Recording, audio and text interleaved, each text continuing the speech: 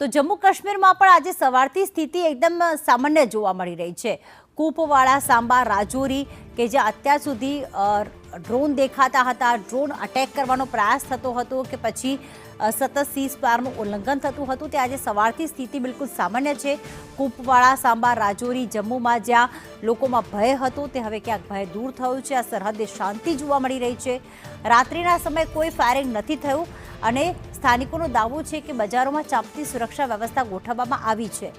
ગઈકાલે 5 વાગે સીઝફાયર થયું, ત્યારબાદ માત્ર અખનૂર વિસ્તાર જે છે અખનૂરમાં ત્યાં સીઝફાયરનું ઉલ્લંઘન કરવામાં આવ્યું હતું અને ત્યારબાદ જ્યારે ભારતે ફરી એક વખત કહ્યું કે જો પાકિસ્તાન છંછેડશે તો ફરી અમે છોડીશું નહીં, કારણ કે સીઝફાયર બંનેની સહમતિથી થયું છે। એની વચ્ચે આજે સવારથી જમ્મુ કાશ્મીરના સરહદીય વિસ્તારોમાં શાંતિનો માહોલ।